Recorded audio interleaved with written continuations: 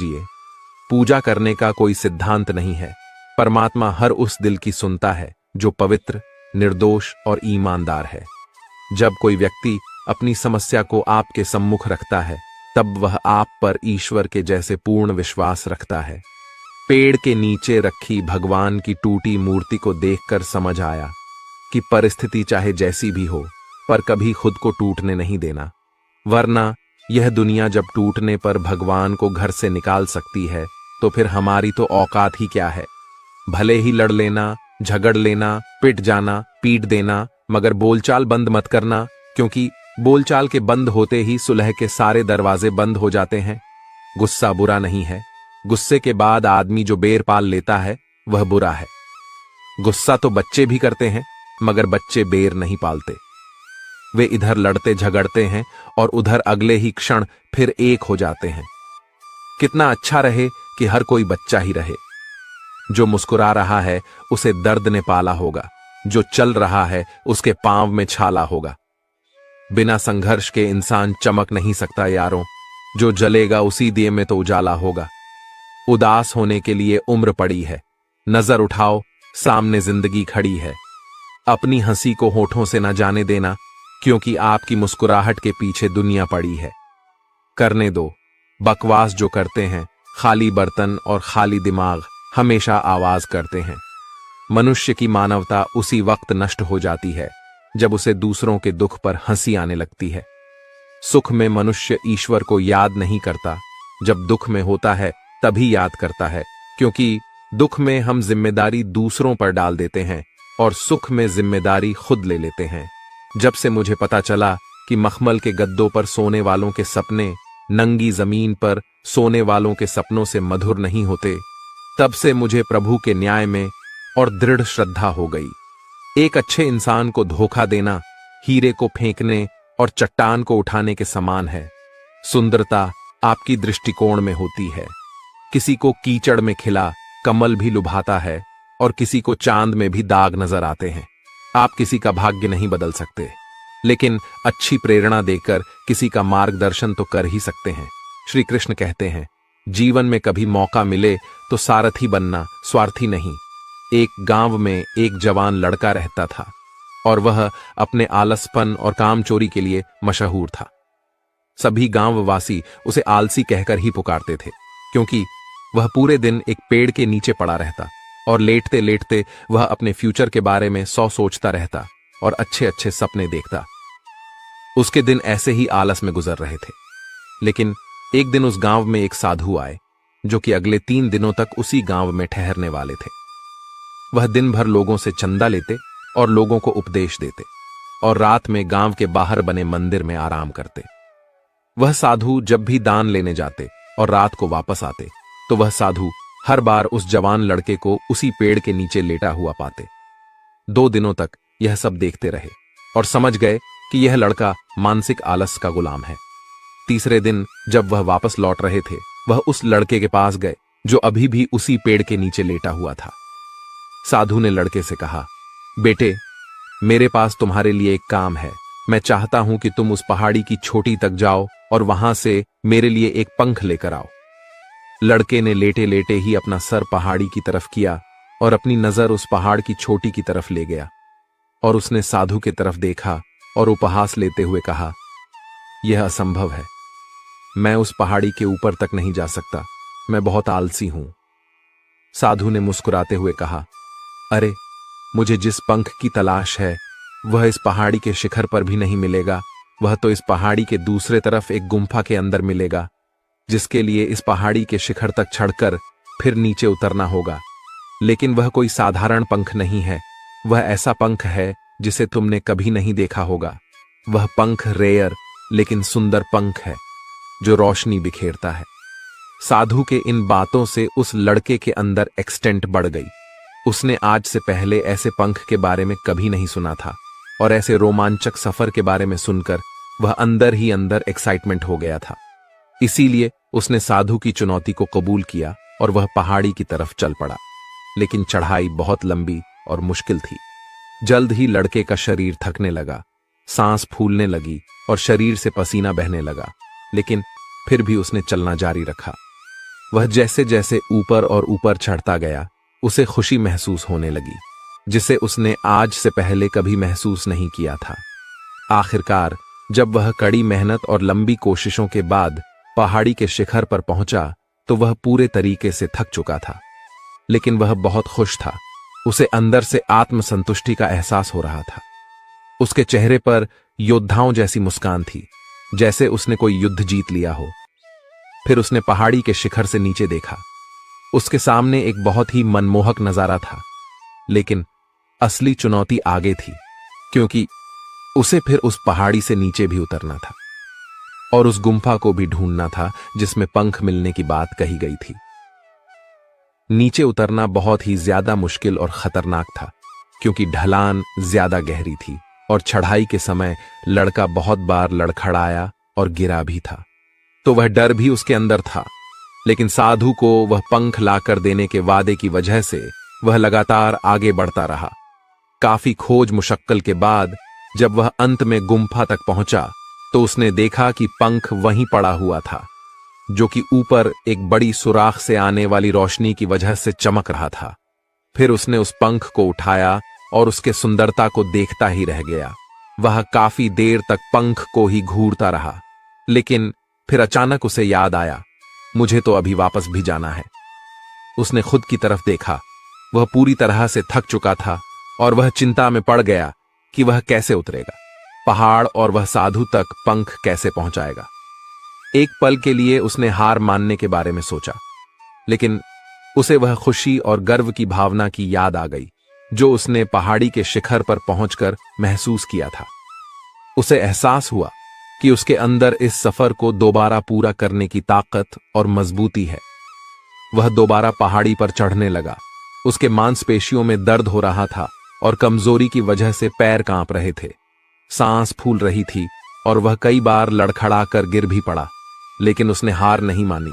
वह खुद को आगे बढ़ने के लिए लगातार मोटिवेट करता है।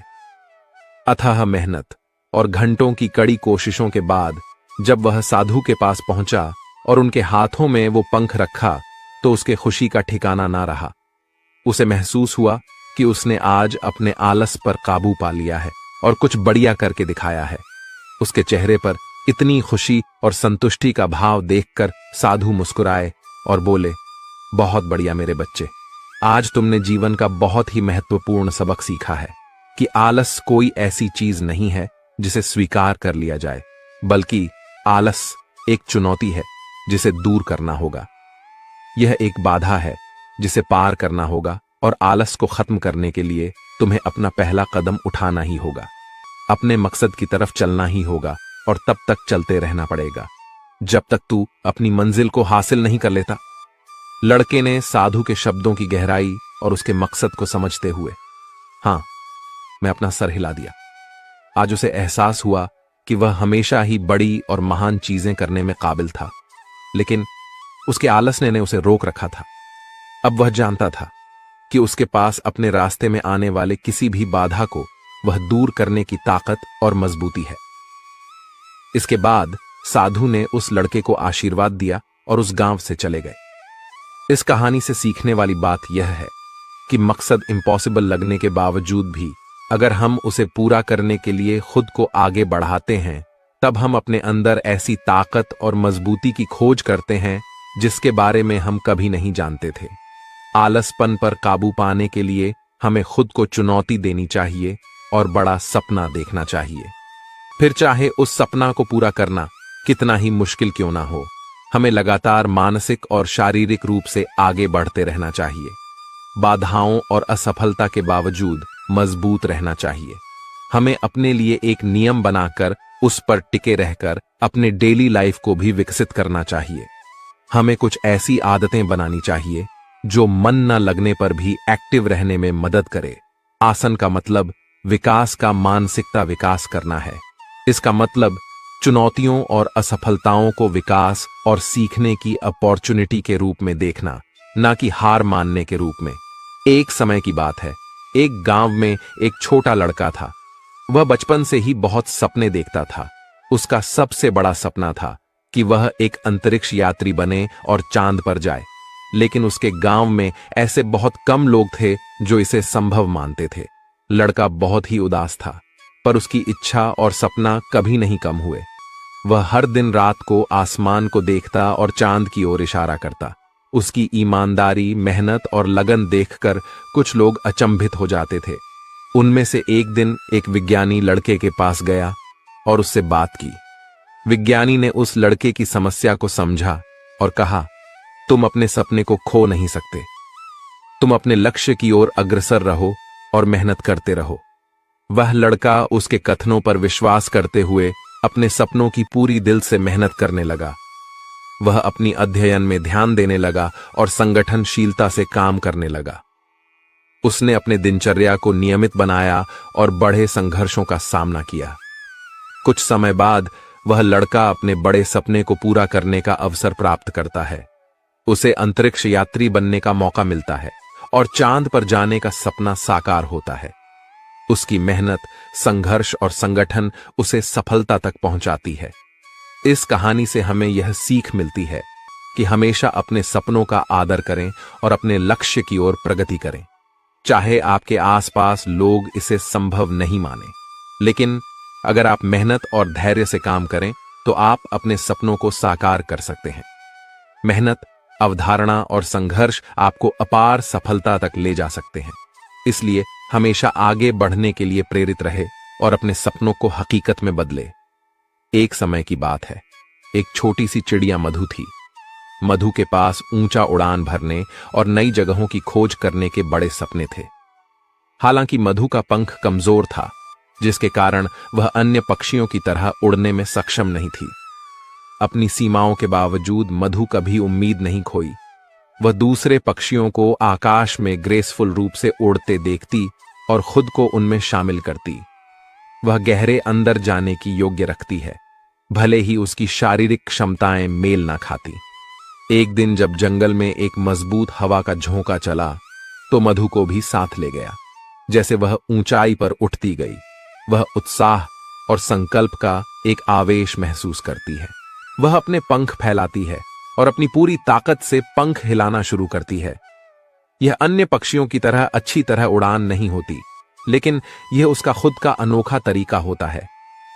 आसमान में लहराते हुए वह एक आजादी और खुशी की फीलिंग महसूस करती है जो उसने पहले कभी नहीं महसूस की थी।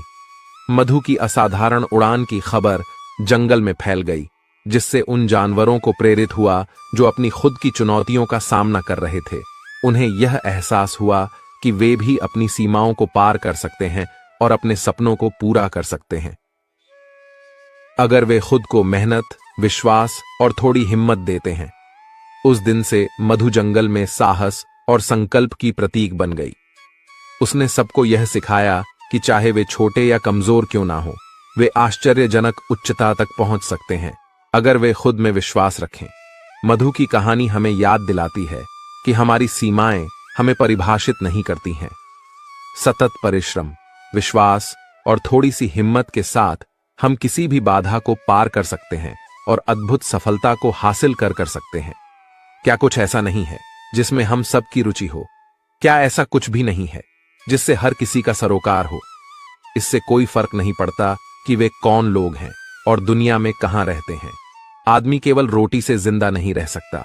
हर किसी के अपने अपने शौक होते हैं।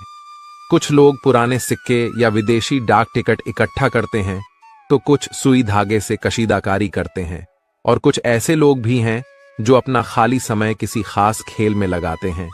बहुत से हैं। कुछ लोग पढ़ने का आनंद लेते हैं, किंतु पढ़ने की रुचियां में अनेक भिन्नताएं। लोग केवल समाचार पत्र पत्रिकाएं पढ़ते हैं, कुछ उपन्यास पढ़ते हैं, जबकि कई अन्य लोग खगोल विज्ञान, वन्य जीवन या तकनीकी आविष्कारों के बारे में पुस्तकें पढ़ना पसंद करते हैं। यदि मेरी रुचि घोड़ों या बहुमूल्य पत्थरों में है, तो मैं यह अपेक्षा नहीं कर सकता कि दूसरे लोग भी इन रुचियां के प्रति मेरी ही तरह उत्साहित होंगे। यदि मैं टीवी पर खेलों के सारे कार्यक्रमों को बड़ी प्रसन्नता से देखता हूं, तो मुझे यह सच्चाई भी स्वीकार कर लेनी चाहिए कि कुछ लोगों के लिए यह बोरियत भरे भी होंगे। क्या कुछ ऐसा नहीं है जिसमें हम सबकी रुचि हो? क्या ऐसा कुछ भी नहीं है जिससे हर किसी का सरोकार हो? इससे कोई फर्क नहीं पड़ता कि वे कौन लोग हैं और दुनिया में कहां रहते हैं। जीवन में सबसे महत्वपूर्ण क्या है? यदि हम यह प्रश्न किसी ऐसे व्यक्ति से पूछे जो भुखमरी का शिकार हो, तो उत्तर होगा भोजन। यदि यही प्रश्न किसी ठंड से